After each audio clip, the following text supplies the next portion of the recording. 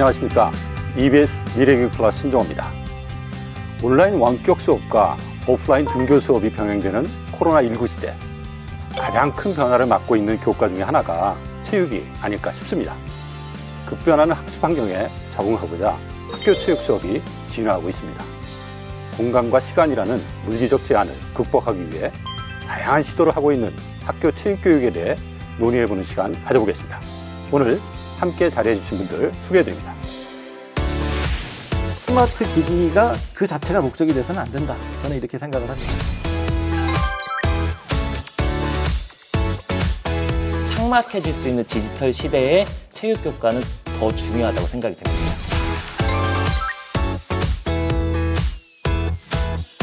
기계가 알아서 정보를 취합해주고 분석을 해주고 관리를 해주니까 체육에 많은 지평을 넓혔다라는 생각이 듭니다.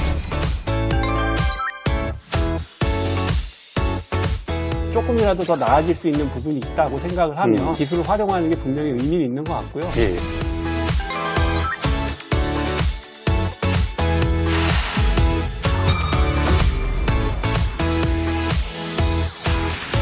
저희가 지난주에 이어서 체육 수업에 대한 이야기를 하고 있는데, 사실 제가 학교 다닐 때, 나 때는 10교시가 항시 체육이었습니다.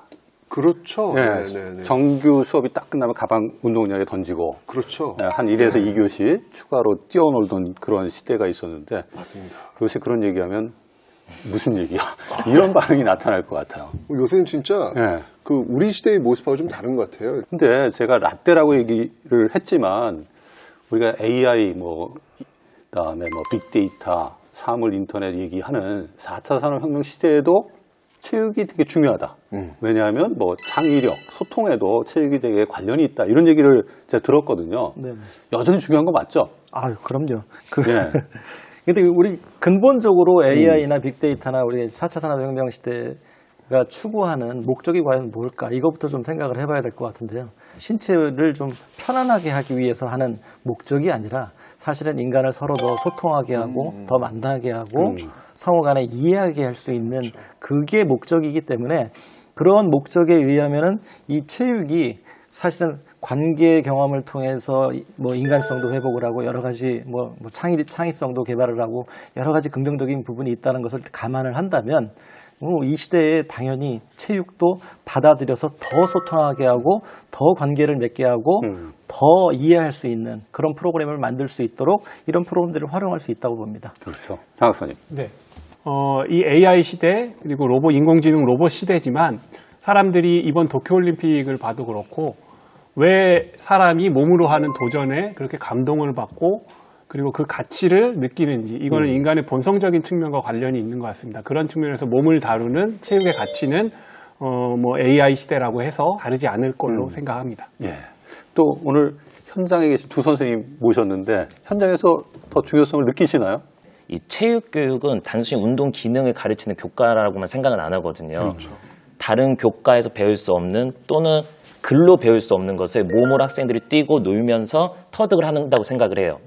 나눔이나 배려나 협동의 가치를 오직 체육에서만 저는 배울 수 있다 생각을 하거든요. 그래서 어떻게 보면 삭막해질 수 있는 디지털 시대에 체육 교과는 더 중요하다고 생각이 됩니다. 그러네요. 근데 요즘 선생님, 스마트 기기나 앱, 이런 것들을 도입한 체육 수업들이 나타난다고 하는데 그런 건 어떤 모습, 그런 게 필요한가요? 일단 체육의 특성상 네. 체육이 이제 전통 체육의 모습을 많이 아직도 유지하고는 있는데요. IT 기술을 많이 접목해서 그러니까 쉽게 말해서 워치를 많이 찾아내요. 자신의 이제 생체 리듬이라든가 심박수, 건강 체크를 해주는 이런 거와 마찬가지로 아이들의 그 신체 활동 능력 이런 것들을 데이터화해서 아이들이 자신의 건강을 스스로 체크를 할 수 있게 그 정보를 계속 누적되는 그런 데이터망을 되게 많이 활용하고 있거든요. 그래요? 네. 아니, 근데 교수님, 그런 거 아무리 체크해봐야 뛰어야죠. 축구공이 더 낫지 않겠습니까? 사람들이 많이 생각하는 게 중요하다고 생각하면 할 거야 이렇게 많이들 생각을 하세요. 근데 사실은 중요하다고 해서 실천하기가 굉장히 쉽지 않거든요. 그러니까 감정적으로 뭔가의 어떤 동요가 있어야지 사실은 참여하기가 쉬운데 근데 중요한 것도 사실은 인식을 해야 됩니다. 그래서 누적된 데이터를 통해서 나 지난주보다 약간 살이 좀 쪘네? 나 지난주보다 뭐가 좀 부족했네? 이런 것들을 바라보면서 정보를 얻고 그거에 따라서 자기 수정을 해가는 것도 굉장히 의미 있는 일이죠. 그런 의미로 봐서는 이 AI나 뭐 빅데이터나 아니면 이런 4차 산업혁명에서 주도하는 이런 기기들의 활용이 굉장히 뭐 의미 있다고 생각이 듭니다. 그럴 수도 있겠다. 제가 요즘 그 시계가 요즘 혈압을 재주더라고요. 그럼요. 옛날에는 제가 혈압이 좀 있거든요. 근데 옛날에 그 혈압을 재려면 되게 좀 기기가 번거롭잖아요. 근데 딱 시계로 이렇게 재니까 혈압이 높으면 그날 저녁은 금식. 뭐 어쨌든 자극을 받으면서 뭔가 움직이게 된 아마 그런 말씀을 하시는 것 같다 보니까. 그래서 주일간 시계가 만들어질 수도 있어요. 혈압이 뚝 떨어지면 바로 병원에 가야 되거든요. 그러니까요. 그러면 시계가 바로 119로 전화를 해서 응급차가 올 수 있는 그런 시스템까지 다 네네. 연결돼 있으니까 그러네요. 상당히 좋아졌는데 이런 측면에서 봤을 때 앞으로 학교 교육의 방향이 그래서 이제 바뀌어야 되는 하나하나 학생들의 기록도 관리하고 자기가 기록도 도전해보고 이런 쪽으로 바뀌어야 된다라는 생각도 하게 되는데 어떻게 생각하십니까, 우리 장 박사님? 어쨌든 이 신체 활동을 다루는 게 체육이라는 본질은 변하지 않을 것 같고요. 그냥 예를 들어 설명을 드리면 만약에 최태성 선생님 같은 훌륭한 역사 선생님의 수업을 받는 고등학생의 입장에서 보면 아무 준비도 없이 그냥 맨손으로 탁 수업에 들어와서 그 수업에 모든 게 머릿속에 다 들어가 계신 거죠. 그 교사의 역량과 카리스마로 그냥 쫙 수업을 하고 아이들이 쫙 빨려 들어가는 그런 아름다운 수업도 분명히 본질적으로 있을 수 있어요. 근데 그거는 이제 그 어떤 교사의 개인적인 역량에 기댄 부분이고 이 뭐 정책적이라든지 학교 교육의 지향점이라든지 전체적인 트렌드를 보면 분명히 이 기술을 활용해서 조금이라도 또 개선할 수 있고 조금이라도 더 나아질 수 있는 부분이 있다고 생각을 하면 도입이 되는 게 기술을 활용하는 게 분명히 의미는 있는 것 같고요. 예. 적극적으로 도입을 해야 되지 않을까 그렇게 생각도 합니다. 그렇군요. 근데 한 가지 이제 저희가 체육이라는 관점에서 이제 바라볼 때 기본적으로 인간의 신체 활동을 바탕으로 하고 있기 때문에 시스템은 변하기는 좀 어렵습니다. 대신 이제 동기를 유발한다든지 아니면 컨텐츠를 개발한다든지 그러니까 일종의 보조 수단이 되는 것이죠. 예. 그러니까 대표적으로 그 우리 HMD라고 해서 이 VR 같은 그 기기를 이제 프로그램을 참여를 할 때 쓰고 나면 굉장히 어지러워요, 사실. 한 3분, 5분만 맞아요. 써도 어지럽거든요. 그래서 사실 일종의 새로운 스포츠를 좀 체험하는 차원에서 혹은 새로운 종목이 어떤 내가 학습자가 좀 깨닫지 못하는 부분을 깨닫게 하기 위해서 활용될 수 있는 그런 보조적인 수단으로서의 그 기능은 굉장히 그 폭넓지만 이게 메인으로 돼서 모든 것을 가상으로 할 수 있다. 이것은 좀 어렵지 않나 하는 생각을 듭니다. 이런 디지털 기기를 이용한 어떤 수업들에 대한 장점이 분명히 있을 거라고요. 안 하는 것보다는 분명히 나을 테니까요. 어떤 장점들인지 한번 구체적으로 좀 말씀 좀 해주시죠. 지금 코로나로 온라인이란 비접촉 체육이 상당히 많이 늘어났어요. 그러다 보니까 선생님이 다 지도해줄 수 없으니까 이런 앱이나 스마트 기기가 보조 선생님이나 보조 강사의 역할을 해주고 있습니다. 그러면서 지금 또 약간 변화한 게 뭐냐면 작년까지만 하더라도 이제 선생님들은 온라인 콘텐츠를 개발했는데 이제는 조금 더 욕심이 생기더라고요. 저도 지금 매주 하나씩 온라인 콘텐츠를 개발해서 업로드를 하고 있는데 얘들이 잘 따라 하나 그게 너무 궁금하더라고요. 학교면 내가 교실에서 볼 수 있잖아요. 그렇죠. 근데 온라인이니까 볼 수가 없으니까 어떻게 하면 애들이 좀 잘 따라 할 수 있을까 고민을 하다가 뭐 구글에서 이렇게 동작 인식을 할 수 있는 오픈 소스를 개방을 했더라고요. 포즈넷이라는 오픈 소스를 개방해서 그래 그럼 내 영상을 포즈넷에 돌린 다음 학생들은 요새 다 집에서 캠 있잖아요. 카메라 있으니까 네. 실시간으로 실시간으로 따라하면 이게 매칭을 시켜서 점수를 주더라고요. 아 진짜. 옛날에 되게 재밌네요. 그 오락실에 있던 이렇게 춤추는 거 있잖아요. 퍼펙트, 뭐 배드 쿵 나오는 거. 그런 식으로 이제 조금 더 체육 수업이 더 디지털 식으로 변화하는 것 같더라고요. 저도 그렇게 욕심을 내서 개발을 했고 스마트폰을 활용해서 뭔가 운동을 하면은 더 아이들이 체육에 관심을 갖고 운동 흥미를 있지 않을까라는 생각을 가지고 있고 현장에서는 모든 체육 분야에 다 장점이 있는 건 아닙니다. 제 생각에 경쟁 활동 같은 경우는 솔직히 나와서 애들이 뛰어야 됩니다. 그렇죠. 근데 도전 활동 같은 경우는 이렇게 스마트폰이나 온라인을 이용하면 운동 기능이 되게 약한 애들이 집에서 적극적으로 할 수 있어요. 학교에서는 선생님들 보고 친구들이 보니까 되게 부끄러워서 잘 못하는데 집에서는 막 혼자밖에 없으니까 그렇죠. 그렇군요. 선생님 어떤 장점이 있을까요? 그러니까 체육은 결과적으로 몸을 움직이는 거에서 벗어나기는 힘들다고 생각이 들어요. 그러다 보니까 그냥 단순히 IT 기술을 접목한 가상현실 뿐만 아니라 실제로 스크린 골프, 스크린 야구장을 학교로 갖고 들어오는 거죠.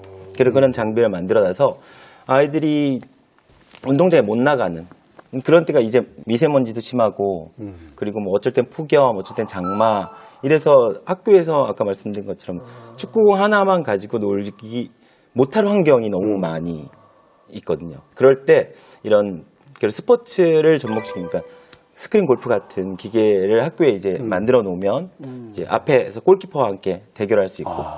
그 두 분 그렇게 말씀하시니까 정말 디지털 환경으로 이 체육교육의 방향을 바꾸는 것이 아이들의 참여, 흥미 이런 걸 더 높일 수 있겠다라는 생각이 드는데 그 경우에 아무래도 이제 디지털 리터러시라고 저희가 이 말씀을 많이 나누는데 교사들이 그런 디지털 역량을 좀 많이 갖추는 게 필요할 것 같은데 어떻게 생각하세요?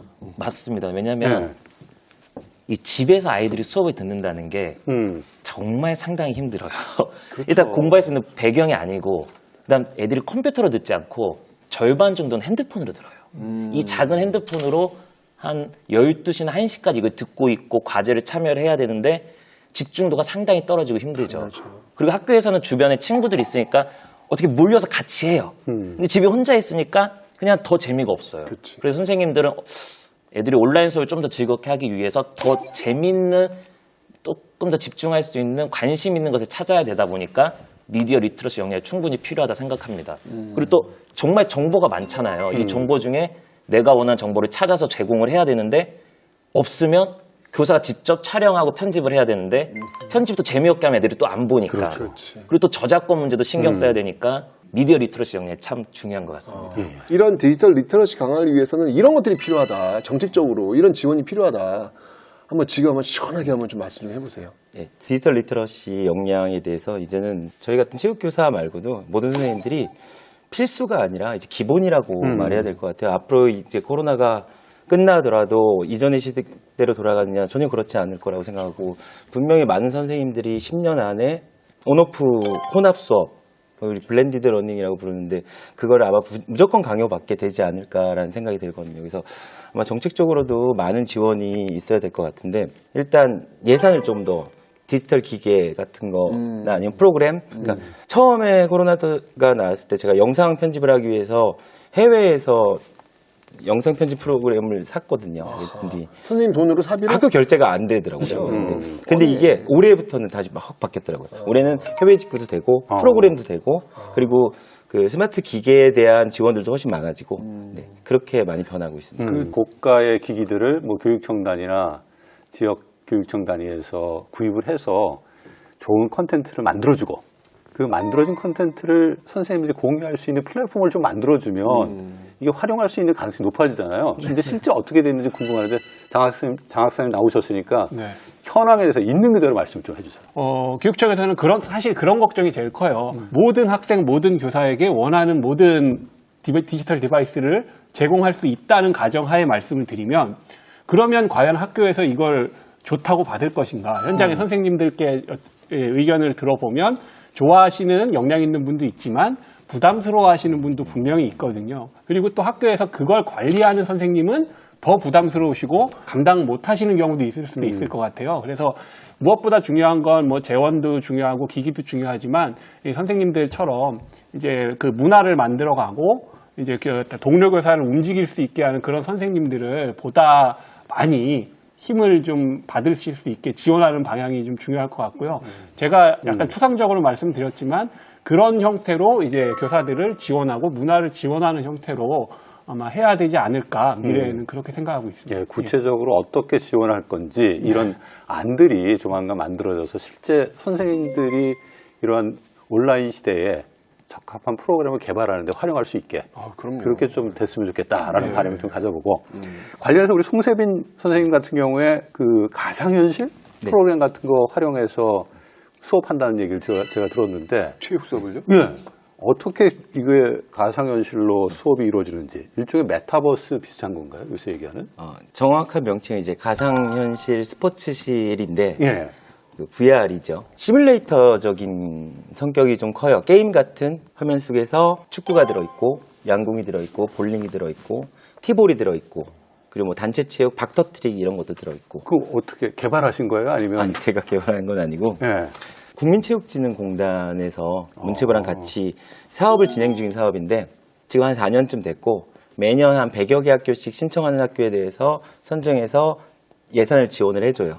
예산을 지원해주면 이제 이런 가상현실 스포츠 교실을 운영하는 업체들을 이제 모셔가지고 시연 보고 장비 현황 보고 우리 학교에 이게 적합할 것 같다라고 생각해서 저희가 이거 이렇게 요구를 하면 거기서 이렇게 맞춰줘가지고 학교에 설치를 해주는 방식이죠. 문체부 지원을 받아서 하고 있고 교육부 지원이나 교육청 지원은 정확한- 아직까지는 없는 것 같네요. 좀 저- 구체적인 문체부- 지원이 이 프로그램을 통해서 좀 만들어졌으면 좋겠고요. 무슨 소리인지는 모르겠어요. 네, 근데 그림이 안 그려져요. 가상현실, 네. 증강현실을 이용해서 체육 수업을 어떻게 하는지 저도 궁금한데 네. 저희가 화면에 담아왔습니다. 같이 보시면서 이야기를 나누시죠.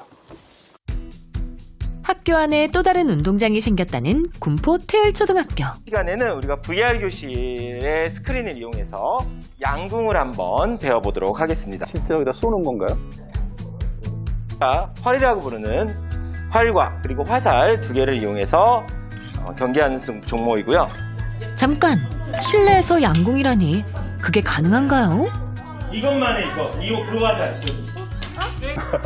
화살이 향하는 곳은 오, 스크린 화면 속 야, 진짜 관역인데요. 많다. 빈 교실을 이용하여서 VR 스포츠를 경험할 수 있는 공간을 이제 탈바꿈해서 학생들이 다양한 체육 활동을 할 수 있게 꾸며놓은 장소입니다. 기존의 도서관이 이전하면서 그 빈자리에 VR 체육교실을 꾸몄답니다. 덕분에 학생들의 체육 수업에도 많은 변화가 생겼다고요. 꾸미는데 얼마 들었어요? 체육진흥공단에서 3천만 원, 그리고 시에서 3천만 원, 1대1 대응해가지고 6천만 원. 6천만 원짜리예요? 이야. 미래의 김재덕 선수. 조준하고 쏘세요.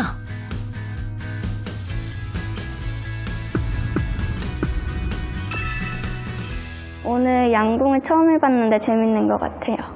새로운 운동도 할 수 있어서 좋아요. 양궁 같은 거나 볼링 같은 거는 아이들이 실제로 접해보기가 힘든 종목이거든요. 여기서 쉽게 활동을 하면서 계속적인 연습을 할 수가 있거든요. 시간과 공간을 뛰어넘어 한자리에서 다양한 스포츠 종목을 체험해 볼 수 있는 기회. VR 체육교실은 학생들에게 새로운 경험입니다. 그뿐만이 아닙니다. 학생들의 인기 종목인 축구. 오늘 할 축구의 종목은 페널티킥이라고 해서 골키퍼와 1대1로 공을 가지고 겨루는 종목을 오늘 연습해 보도록 하겠습니다. 선생님, 페널티킥이 뭐예요? 수비하는 선수가 반칙을 했을 때 그때 골키퍼와 1대1로 정해진 거리에서 공을 놓고 공을 차서 골키퍼와 단둘이 승부하는 걸 페널티킥이라고 해요. VR 교실에서는 이론 수업도 함께 할 수 있다는데요. 먼저 시범을 보이는 선생님. 가볍게 꼬린. 뒤이어 자신있게 공을 차보는 학생. 결과는 아쉽게도 실패. 스크린 화면에는 공을 찰 때의 영상과 함께 볼속도, 발사각 등 학생에 대한 다양한 데이터가 나오는데요. 이 데이터는 각 학생별로 차곡차곡 누적돼 단계별로 세심한 지도를 받을 수 있게 해준다고 하네요. 우리 야외에서 그냥 축구할 때는 내 공이 어디로 날아가는지 모양만 보이지 킥 스피드나 볼 스피드, 뭐 발사각, 좌우각 이런 것들은 보이지 않는데 센서를 통해서 나의 속도를 측정해 주는 거예요. 볼 스피드라는 게 내 공의 속도고 킥 스피드는 내 발이 나가는 속도. 킥 스피드가 빠르다고 공 스피드가 빠른 거. 제가 페널티킥을 잘 못 차가지고 나 저런 거 한번 분석하고 싶었거든요. 나는 왜 못 찰까? 저걸 보면 나오겠네. 방문하셔야겠다. 그러니까. 오. 선생님의 코칭을 받은 남학생. 시원하게 슈팅 성공.